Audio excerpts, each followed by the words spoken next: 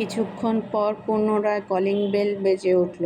রোহান এইবার চোখ মুখ কুঁচকে তাকালো। কোন বেকুব এসে ওকে এমন করে জ্বালাচ্ছে? উঠবে না বলে গো ধরে বসেই রইল। তবে বাহিরে থাকা ব্যক্তির বোধহয় আর সহ হলো না, অনবরত কলিং বেল দিয়েই যাচ্ছে। রান্নাঘর থেকে জোহরা মির্জা হাঁক ছেড়ে ডাকল, রোহান বাবা, দেখ তো কে এসেছে। মাহিন এসেছে বোধহয়, একটু দেখ বাবা কষ্ট করে। রোহান বকতে বকতে উঠে গেল। দরজা খুলে লামিয়াকে দেখে রাগটা যেন দ্বিগুণ বেড়ে উঠল। এত বড় মেয়ে দেখলে মনে হয় যেন ভাজা মাছটা উল্টিয়ে খেতে পারে না। লামিয়া কাচুমাচু হয়ে বলল, ইয়ে মানে ভাইয়া, আমি বলছিলাম যে তখন আপনি বললেন আপনার আর আমার নাকি পারফেক্ট ম্যাচ খেলেছে। কিভাবে খেয়েছে একটু যদি বলতেন ভালো হতো। রোহান হতভম্ব গলায় বলল, তুমি কি এতক্ষণ যাবৎ এখানে দাঁড়িয়েছিলে এটা শোনার জন্য? লামিয়া মাথা নাড়ালো, যে এতক্ষণ দরজার বাহিরে দাঁড়িয়েছিল। রোহান চোখ ছোট ছোট করে বলে, কেন জানতে চাও? আমার রাতে ঘুম হবে না, সংক্ষিপ্ত উত্তর লামিয়ার। রোহান ভাবল, এত সহজ সরল মেয়ে, এ কথাটার জন্য নাকি রাতে ঘুম হবে না। হায় রে মেয়ে মানুষ। রোহান এবার বেশ ভাব নিয়ে দরজার সাথে হেলান দিয়ে দাঁড়িয়ে দুহাত বুকে বাজ করে শান্ত দৃষ্টি নিক্ষেপ করলো লামিয়ার পানে। ডাইস ছাড়া কণ্ঠে বলল, এমনি এমনি তো বলবো না, আগে আমার প্রশ্নের উত্তর দাও, তারপর বলবো নি। লামিয়া ভ্রু কুঁচকে বলে, কি প্রশ্নের উত্তর?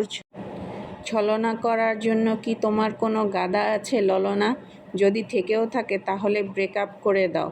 আমি পরে জানতে পারলে খারাপ হবে। গাধা গাধা আবার কি? আর ললনার বা কে? আমার নাম লামিয়া, ললনা না। ভাইয়া। আবারও ভাইয়া ডাক শুনে চোখ মুখ কুঁচকে ফেলে রোহান। মন চাইছে এই মেয়েকে মাথায় তুলে এক আছাড় মারতে। মেয়ে মানুষের এক জ্বালা, যদি জানতে পারে এক ছেলে পছন্দ করে, তারপর থেকে শুরু হয় ভাইয়া ভাইয়া। দেখো ললনা, গাধা মানে বয়ফ্রেন্ড। যদি তোমার বয়ফ্রেন্ড নামক গাধা থেকে থাকে তাহলে তাড়িয়ে দাও, নয়তো আমি উষ্টা মেরে উগান্ডায় পাঠাবো। আর ললনা, আমি তোমায় ভালোবেসে ডাকি, আমার মাথায় কি সমস্যা আছে? না মানে একটা অপরিচিত মেয়েকে ভালোবাসি বলছেন? আপনার লজ্জা শরম বলতে কিচ্ছু নেই। ছেলে মানুষের লজ্জা থাকতে নেই ললনা। লজ্জা থাকলে আদমশুমারি বাড়বে না যে। আদমশুমারি বোঝো তো ললনা? আচ্ছা তুমি কিসে পড়ো? গাছ থেকে লাফ দিয়ে পড়ি। কথাটা বলেই অমনি জিভ কাটে লামিয়া। এটা ওর অভ্যাস। কেউ যদি জিজ্ঞেস করে তুমি কিসে পড়ো, তাহলে ওর মুখ থেকে এই উত্তরটা ব্যতীত আর কোনো উত্তর বের হয় না। রোহান ধমকে ওঠে, বেও মিস ললনা, আদব কায়দা জানো না? তুমি কি এত ফিটার খাও নাকি? এই ভাই, আমাকে কোন দিক দিয়ে দেখে মনে হয় ফিটার খাই? ফিটার তো খান আপনি। লামিয়া নামটা ডাকতে পারেন না। কি উল্টাপাল্টা ললনা ছলনা নামে ডাকছেন? একদম এসব নামে ডাকবেন না। লে হালুয়া, এ তো দেখছি নাসিরউদ্দিন পাটোয়ারি। আমি তো ভেবেছিলাম আমাদের জয়েন্টে পয়েন্টে খাবে। জীবনসঙ্গী হতে হবে আব্বাস মির্জার মতো। নাসিরউদ্দিন পাটোয়ারি তো আমি নিজেই। তোমায় দেখে আব্বাস মির্জাই ভেবেছিলাম। এখন তো দেখি তুমি নাসিরউদ্দিন পাটোয়ারির ফিমেল ভার্সন। উল্টো আমাকে ধমকাচ্ছে। কত বড় যকৃত তোমার? লামিয়া ভ্রু কুঁচকে বলে, যকৃত আবার কি? কত বড় যকৃত মানে কি? আই বলদি, তুমি কোন ডিপার্টমেন্টের স্টুডেন্ট? যকৃত মানে জানো না? লামিয়া ফুঁসে উঠল, নাকের পাঠা ফুলিয়ে বলল, এই মিয়া, বলদি বলছেন কাকে? চিনেন আপনি আমাকে? চিনি তো। ওই যে বলদি। ভাবলে সীন উত্তর রোহানের। আমি বলদি হলে আপনি বলদা, চটপটে স্বরে বলল লামিয়া। কি? তোমায় তো দেখি যকৃত কম বড় না, আমাকে বলদা বলছো? এত বড় সাহস তোমার? ওই মিয়া, সে কখন থেকে যকৃত জিকির করছেন। যকৃত মানেটা কি? আবার ধমকাচ্ছে লিলিপুট কোথাকার। শোনো ললনা, তুমি বোধহয় সায়েন্সের স্টুডেন্ট না, তাই জানো না। না হলেও তো জানার কথা। তুমি কোন গ্রহে বাস করো? সামান্য যকৃত মানো কি সেটাই জানো না? দেখেন ভাই, আগে খুলে বলুন। রোহান চোখ বড় বড় করে মৃদু চেঁচিয়ে বলল, আস্তাগফিরুল্লাহ, তওবা তওবা। কি খোলার কথা বলছো? ছি ললনা, তোমায় তো আমি ভালো ভেবেছিলাম। তুমি তো দেখি আস্ত পাপী মহিলা হয়ে বের হলে, দুষ্ট কোথাকার। আর যকৃত মানে হচ্ছে কলিজা। যকৃত মানে কলিজা? সেটা কে বলল আপনাকে? রোহান বেশ ভাব নিয়ে তাকালো। শার্টের কলার নাড়াচাড়া করতে করতে বলল, ও মা কে বলবে মানে? আমাদের বাড়িতে দুইটা ডাক্তার, একজন হার্ট সার্জন আর একজন ফিউচার ডাক্তার। কি মনে হয় তোমার? সে ভাব নিয়ে বলেছেন যেন হার্ট সার্জন আপনি নিজেই। আমি বা আমার ভাই যেই হই না কেন ওই একই হলো। লামিয়া ভ্রু নাচিয়ে জিজ্ঞেস করল, আপনার কোন ভাই হার্ট সার্জন? কাল দেখেছিলে না, ড্রয়িং রুমে সোফায় বসা ছিল। লামিয়া চটপটে ভঙ্গিতে বলল। কালো শার্ট পরা, হাতে ফোন ছিল, গম্ভীর ব্যক্তি খুব। তার এত বর্ণনা তুমি কি করে দিলে? লামিয়া মৃদু হাসল, এদিক এদিক দৃষ্টি ফেলে মিনমিন করে বলল, মানে তাকে আমার মনে ধরেছে। ব্যাস, বাকিটাও রাগিয়ে দিল রোহানকে। হাত জোড়া মুষ্টিবদ্ধ হলো, চোখ রাঙিয়ে বলল, এই যা তোর ললনা ছলনা কোথাকার, শালি তোর নজর খারাপ, যা ভাগ। পুনরায় মুখের উপর দরজা বন্ধ হলো। লামিয়া বুঝল না এটা কি হলো। হতভম্বের শহরে বলল, এই আবুল পাগল নাকি? ফিয়াজ ম্যান্ডেলা নামের আড়ালে ঢাকা এক অদৃশ্য রাজ্য। বাইরে থেকে দেখলে এটি কেবল একটি ঝকঝকে ভবন। ভেতরে ঢুকলেই বোঝা যায় এখানে শব্দ নয়, চলছে হিসাব। সন্ধ্যা নামতেই বিভিন্ন রাজনৈতিক দলের নেতাকর্মীরা একে একে জড়ো হয়। কারো কণ্ঠে হাসি, কারো চোখে সন্দেহ। সবাই জানে এখানে বলা কথাগুলো বাহিরে গেলে জীবন বদলে যেতে পারে। লাউঞ্জের এক কোণে দুজন নেতা ফিসফিসিয়ে কথা বলছে। আগামী আন্দোলনের রূপরেখা, কারা মাঠে নামবে, কারা নীরব থাকবে। পাশে বসা আরেকজন মোটা খামে কালো টাকার হিসাব মিলিয়ে নিচ্ছে, ঠোঁটে অদ্ভুত আত্মতৃপ্তির হাসি। নারী ব্যবসা নিয়ে কথাও আসে। সংখ্যা, রুট, কমিশন সবই ঠান্ডা মাথায়। রাজনীতির উত্তাল অবস্থা। এই ঘরে কেবল আরেকটি ভেরিয়েবল, যার দাম ঠিক করা যায়। অন্য প্রান্তে মদের গ্লাসে বরফ টুংটাং শব্দ করে। কেউ ড্রিঙ্কস করছে, কেউ সিগার জ্বালিয়ে নাচের ফ্লোরের দিকে তাকিয়ে আছে। আলো আঁধারিতে নাচছে ছায়ারা, হাসি, সুর আর লোভের মিশেল। এখানেই চুক্তি পাকা হয়, এখানেই প্রতিশ্রুতি ভাঙে। কেউ কেউ নারী সঙ্গ নিয়ে ফিয়াজ ম্যান্ডেলের দিকে এগিয়ে যায়। এক একটি দরজা খুললেই ভিন্ন জগৎ, ভিন্ন দাম। এটা গুপ্তখানা, যেখানে সত্য কথা বলা হয় না, কেবল ব্যবহার করা হয়। হাজার হাজার দেহের কেনাবেচা এখানে সংখ্যায় নেমে আসে। মানুষের নাম বদলে হয় ফাইল। নৈতিকতা এখানে বহিরাগত, ক্ষমতাই একমাত্র মুদ্রা। রাত গভীর হলে কথোপকথন আরও গাঢ় হয়। কে কাকে ফাঁদে ফেলবে, কোন সংবাদ চাপা পড়বে, কোন নেতা আগামীকাল নায়ক হবে। ফিয়াজ ম্যান্ডেলা ভোর পর্যন্ত জেগে থাকে। বাহিরে শহর ঘুমায়, ভেতরে জেগে থাকে অদৃশ্য চুক্তি।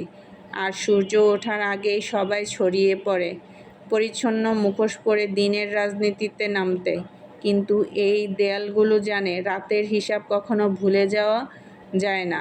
স্যার, আপনি যাবেন? ফিয়াজ ম্যান্ডেলে আর তা অনাবেগ চোখে তাকালো, চিবুক শক্ত করে বলল, never let this world leave your mouth again. I am only warning my women. একটু থেমে আবার যোগ করল, are every one passports and visas ready? জি স্যার, সব রেডি। ওকে, আমি আসছি। বেরিয়ে পড়ে সেই সব রহস্যময় মানব, যে কিনা জালিয়াতি দুনিয়ার বাদশা। সন্ধ্যার রাস্তা আজ অদ্ভুত রকমের নীরব। কোথাও যানজটের চাপ নেই, হর্নের কোলাহল নেই। প্রশস্ত রাস্তার উপর ল্যাম্পপোস্টের আলো লম্বা ছায়া ফেলে এগিয়ে গেছে, যেন আলো আর অন্ধকারের মৃদু খেলা। শীতল বাতাস আলতো করে গায়ে লাগছে, দিনের ক্লান্তি ধুয়ে নিচ্ছে তার ছোঁয়ায়। দূরে গাছের পাতায় পাতায় সাজের হালকা শব্দ, মাঝে মাঝে কোনো পথচারীর ধীর পায়ের আওয়াজ। আকাশে সন্ধ্যার নীলচে রং ধীরে ধীরে গম্ভীর হচ্ছে, আর রাস্তার বুক জুড়ে ছড়িয়ে পড়ছে এক শান্ত স্বস্তিদায়ক নিস্তব্ধতা। সামনের দিকে সম্পূর্ণ দৃষ্টি উদ্যানের। অনেক রাস্তার মোড় পাল্টি খাচ্ছে, বাতাসে জেল দিয়ে সেট করা চুলগুলো নাজেহাল অবস্থা। প্রকৃতি আজ কিছুটা অশান্ত। আকাশে কালো মেঘ জমেছে। স্বাভাবিকের তুলনায় খুব ধীরে ড্রাইভ করছে উদ্যান। 1 ঘন্টার পথ বোধহয় আজ 2 ঘন্টা লাগবে। তাও যদি রাস্তায় যানজট থাকতো মেনে নেওয়া যেত। রাফসা বিরক্ত হলো, চোখ মুখ কুঁচকে বলল, সমস্যা কি আপনার? জোরে ড্রাইভ করতে পারছেন না, নাকি ড্রাইভিং পারেন না? পারি না, তুই শিখিয়ে দিয়ে যা। সংক্ষিপ্ত উত্তর উদ্যানের।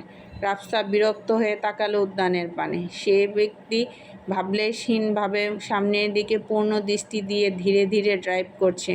আমি ড্রাইভিং পারলে আপনাকে সেই কখন গাড়ি থেকে ধাক্কা মেরে ফেলে নিজেই ড্রাইভিং করে চলে যেতাম। পিঁপড়াও বোধহয় এর চেয়েও জোরে চলে। উদ্যানের কপালে ধীর ভাঁজ পড়ল। গতি আগের চেয়েও খানিকটা কমে এলো, যেন বাংলা সাইকেল চালাচ্ছে। উদ্যান স্টিয়ারিংয়ে হাত রেখে শক্ত করে নিষ্প্রভ কণ্ঠে বলল, ওকে তাহলে পিঁপড়ার চেয়ে খানিকটা জোরেই চালাই। বলতে বলতে গাড়ির গতি যেন দ্বিগুণের চেয়েও দ্বিগুণ বেড়ে গেল চোখের পলকে। রাফসা থতমত খেয়ে গেল। চোখ উল্টে আসছে। জানালার ফাঁক গলে আসা বাতাসে চুলের নাজেহাল অবস্থা। ছড়িয়ে দেওয়া চুলগুলো এলোমেলো হয়ে উঠেছে। রাফসার উড়ন্ত চুল গিয়ে ঠেকল উদ্যানের নাকে মুখে। তবুও সে মানব শক্ত হয়ে ড্রাইভিংয়ে ব্যস্ত। ক্ষণে ক্ষণে যেন গতি বেড়েই চলছে। রাফসা ভয় পেল এত জোরে গাড়ি চালাতে, তবুও মুখ ফুটে একটু শব্দ করল না। বুকে পাথর বেঁধে আল্লাহ আল্লাহ করছে। প্রচণ্ড বেগের কারণে মাথা ঘুরছে বনবন করে। উদ্যান বুঝল রাফসার অবস্থা। ঠোঁট বাঁকিয়ে হাসল। ভাঙবে তবু মচকাবে না। ধীরে ধীরে বেগ কিছুটা কমিয়ে আনল। রাফসা স্বস্তির নিঃশ্বাস ফেলে। উদ্যান ডান হাতে ড্রাইভিং করতে করতে বাম হাত বাড়িয়ে পকেট থেকে ফোনটা বের করে আনে। ব্লুটুথ কানেক্ট করে আবহাওয়ার সাথে মিলিয়ে তার পছন্দের গান প্লে করে। আদি হায় রুহ গুজার, আধা হায় আসমান, আদি হায় মঞ্জিলে আধা জাহান, तेरा हूँ जान ले रूह मुझसे बदले, बाधो में थम ले, कर दे जिंदा हाय शाय में तू, चुपके ख्वाहिश में तू, जिंदगी में तू, किस्से में तू, हर जिद में तू, हर फिक्र में जिद में तू। আন চলে যাওয়ার পর রাতটা হঠাৎই ভারী হয়ে নামে ফিনজোলা মণ্ডলার উপর। অদৃশ্য কোনো সংকেত পেয়ে যেন ফরাজি বাড়ির সেই রহস্যময় মানবটির আগমন ঘটে। সে আসে শব্দহীন পায়ে, চোখে শীতল দৃষ্টি, ঠোঁটে ধোয়া ওঠা জিঙ্কের গন্ধ। নাড়ি কম পড়েছে, এই অভিযোগে তার কণ্ঠে হুমকি ধামকি, প্রতিটি শব্দ যেন দেয়ালের ভেতর ঢুকে দাগ কেটে যায়। আনের ভয়ে কপালে মৃদু ঘামের রেখা। তারপর সে ঢুকে পড়ে ফিয়াজ ম্যান্ডেলে ঢুকতেই প্রথম যে অনুভূতিটা আসে, এটা কোনো সাধারণ বাড়ি নয়। এখানে বাতাসও ইতিহাস জানে। ছাদের ঝাড়বাতি ঝুলে আছে ভারী নীরবতায়। আলো পড়ে মেঝের মোজাইকে যেন ছায়ার মানচিত্র আঁকে। ফিয়াজ ম্যান্ডেলের রয়েছে বিশেষ ২৭টি কক্ষ। প্রতি রাতে ভেসে আসে অবেলা নারীর আত্মচিৎকার। ২৭টি কক্ষের বিস্তার। ১ থেকে ৫ নম্বর কক্ষ। প্রবেশ ও স্মৃতিঘর। প্রথম ৫টি কক্ষ জুড়ে প্রবেশদ্বার ও স্মৃতির গ্যালারি। দেয়ালে পুরনো ফ্রেম, অপরিচিত মুখ, চোখে একই নরম নীরবতা, দম্ভ। কাঠের আলমারিতে চামড়া বাঁধানো নথি, পাতায় পাতায় গোপন লেনদেনের ছাপ। এখানে পা ফেললে মেঝে কেঁপে ওঠে, যেন সাবধান করে দেয়। ৬ থেকে ১০ নম্বর কক্ষ। ড্রয়িং ও ড্রিঙ্কের অঞ্চল। এই অংশে বড় ড্রয়িং রুম। মলম মুখলি সোফা, ভারী পর্দা, এক কোণে বার, কাছে কাছে আলো রঙে ভাসে। রহস্যময় মানবটি এখানেই থামে। ড্রিঙ্ক ঢালে, বরফে শব্দ তোলে। দেয়ালের প্যানেলে লুকানো ক্ষোভ, হুমকির নোট, অর্ধেক পোড়া কাগজ। ১১ থেকে ১৫ নম্বর কক্ষ। ব্যক্তিগত কামরা। এখানে নীরবতা গাঢ়। বিছানার হেডবোর্ডে খোদাই করা চিহ্ন, জানালায় লোহার গ্রিল। আয়নার আলো পড়লে প্রতিফলন বিকৃত। নিজেকেই অচেনা লাগে। প্রতিটি কক্ষের আলাদা চাবি। তালা খুললে যেন অতীতের ফিসফিসানি বেরিয়ে আসে। ১৬ থেকে ২০ নম্বর কক্ষ। ক্ষমতার করিডোর। লম্বা করিডোর। দেয়ালে মানচিত্র। টেবিলে ছড়ানো সিল, রিং, সিগনেট। এখানে সিদ্ধান্ত নেওয়া হয়েছে কে থাকবে, কে যাবে। কণ্ঠ নিষ্ঠুর, দরজা বন্ধ। বাতাসে সিগারেটের পুরনো গন্ধ। ২১ থেকে ২৫ নম্বর কক্ষ। গোপন আর্কাইভ। এই ৫টি কক্ষই আসল রহস্য। বুকশেল্ফের পেছনে স্লাইডিং দেয়াল, নিচে নেমে যাওয়া সিঁড়ি, ধুলো ঢাকা ফাইল, নাম্বারিং, সবকিছু নিখুঁত। একটিতে নারী সংক্রান্ত হিসাব। এখানেই হুমকির কারণের সূত্র। ২৬ নং কক্ষ। নজরদারি ছোট কিন্তু শক্তিশালী। কাচের পর্দা, কালো মনিটর, চোখ সবখানে। কেউ হাঁটলে কাচের তার ছায়া আগে পৌঁছে যায়। ২৭ নম্বর কক্ষ। কেন্দ্র সবশেষের কক্ষটি সবচেয়ে বড়। গোল টেবিল, একটি মাত্র ঝাড়বাতি। আলো ঠিক মাঝখানে পড়ে, বাকি অংশ অন্ধকার। এখানেই সিদ্ধান্ত চূড়ান্ত হয়। রহস্যময় মানবটি দাঁড়ায়, গ্লাস নামায়। তার কণ্ঠে শেষ হুমকি, শান্ত কিন্তু ধারালো। ফিয়াজ ম্যান্ডেলের তখন নিঃশ্বাস আটকে থাকে। ২৭টি কক্ষের প্রতিটা যেন সাক্ষী ঢিঙ্কের স্ফোটা পড়তেই বোঝা যায়, ভেতরের কাহিনী এখানেই থামবে না। অন্ধকারের গভীরে আরও কিছু অপেক্ষ সন্ধ্যার আসর জমে উঠেছে মির্জাবাড়িতে। ড্রয়িং রুমে হইচই পড়ে আছে। আগামীকাল বাড়িতে মেহমান আসবে। কে বা কারা আসবে তা নিয়ে এখনও জানা হয়নি ছোটদের। মাইশা অনেকক্ষণ যাবৎ মায়ের পেছনে ঘুরঘুর করছে।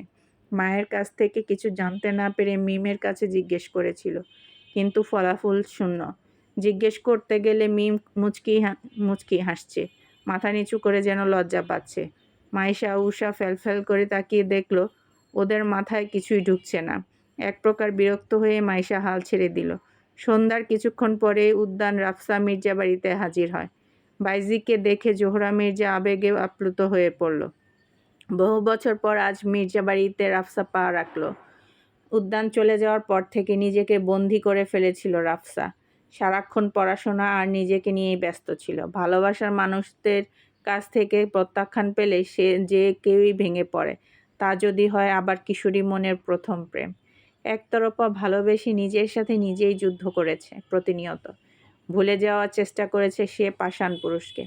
প্রত্যাখ্যান পেয়ে তার কাছে ফিরে যাওয়া কি উচিত? মেয়েদের আত্মসম্মানবোধ বলতেও কিছু আছে। যে ভালোবাসার মানে বুঝে না তাকে ভালোবাসার কোনো মানেই হয় না।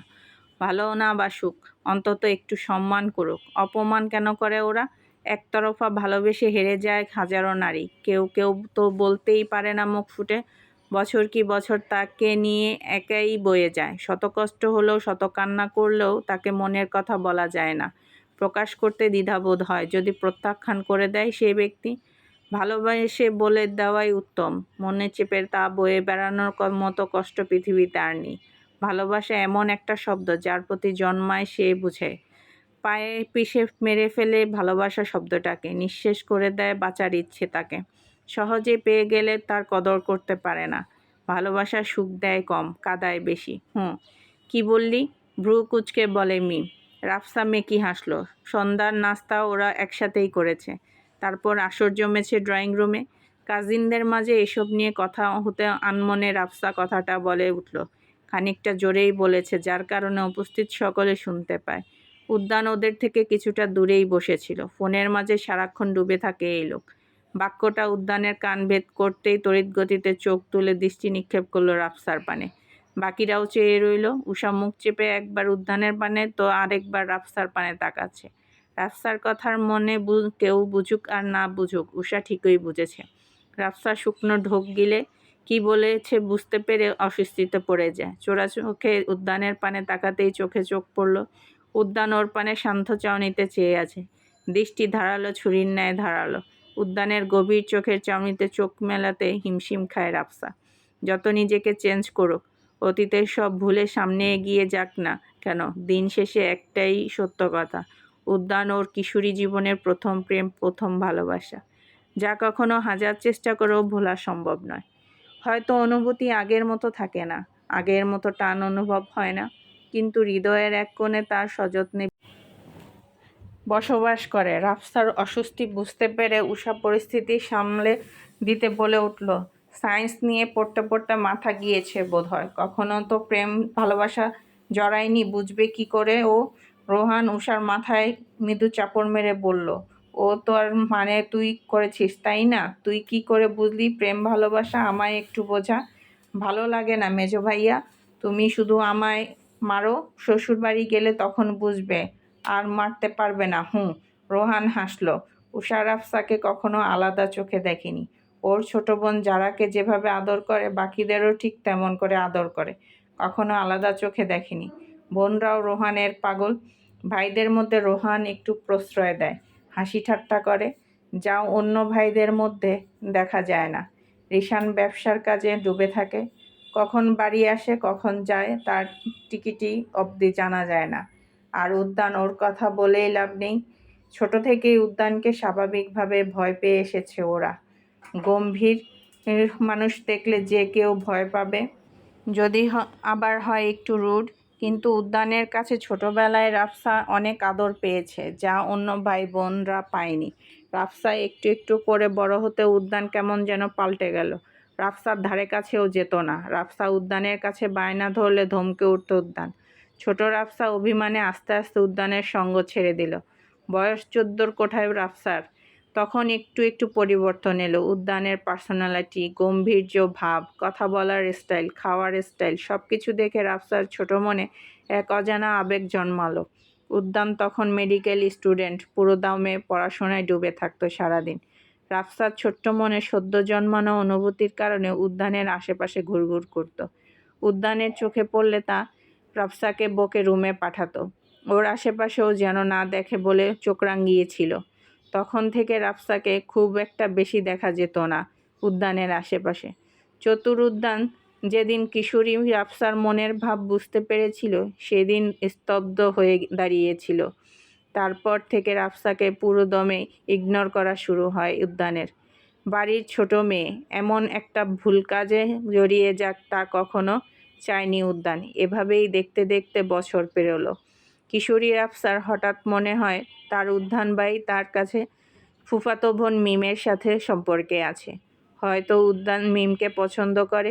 ষোড়শী কন্যা এ কথা ভেবেও সেদিন কেঁপে উঠেছিল। আর সময় নষ্ট করেনি। সেই পরন্ত বিকেলেই উদ্যানকে জানিয়েছিল নিজের মনের কথা। উদ্যানের করা অপমান প্রত্যাখ্যান ভেঙে গুঁড়িয়ে ফেলেছিল কিশোরীর রাফসার মন। বিষে ডুবিয়ে দিয়েছিল উদ্যানের কথাগুলো, কাটার মতো হৃদয়ে বেঁধেছিল। চলো না সবাই মিলে ট্রুথ ডেয়ার খেলি, বায়না ধরল যারা। জাহিনের শুনতে দেরি, দৌড় দিতে দেরি হলো না। সবাই অবাক চোখে তাকিয়ে রইল জাহিনের দৌড়ে চলে যাওয়ার পানে। জাহিন ড্রয়িং টেবিলের উপর থেকে হালকা ভারী একটা বোতল নিয়ে হাজির হলো। ট্রুথ ডেয়ার খেলবো সে কখন থেকে ভাবছি, যারা যেহেতু বলে দিল তাহলে শুরু করা যাক। রোহান ভুরু কুঁচকালো। তাই বলে তুই এভাবে দৌড়ে যাবি? ব্যাপার কি বলতো? কোন গোলমাল আছে নিশ্চয়ই। জাহিন 32 পাটি দাঁত বের করে হাসল। নিচে বসলো আড়মোড়া হয়ে। ট্রুথ ডেয়ার খেলে লাভ আছে ভাইয়া। দেখো উদ্যান ভাই চলে যাওয়ার পর থেকে কিন্তু আর খেলা হয়নি। তোর মনে আছে উদ্যান ভাই বিদেশ যাওয়ার আগে আমরা খেলেছিলাম? কিন্তু সেদিন কিন্তু পার্সোনাল কথা জানতে পেরেছি। এই দফায়ও সবাই অবাক হলো। বিভ্রান্ত হলো না শুধু রাফসা। ওর ভালো করেই সে রাতের কথা মনে আছে। উদ্যানের মুখ থেকে সেদিন প্রথমবারের মতো জানতে পেরেছিল কাউকে ভালোবাসার কথা। পছন্দ করি না, ভালোবাসি। আমার নিজের থেকেও বেশি ভালোবাসি।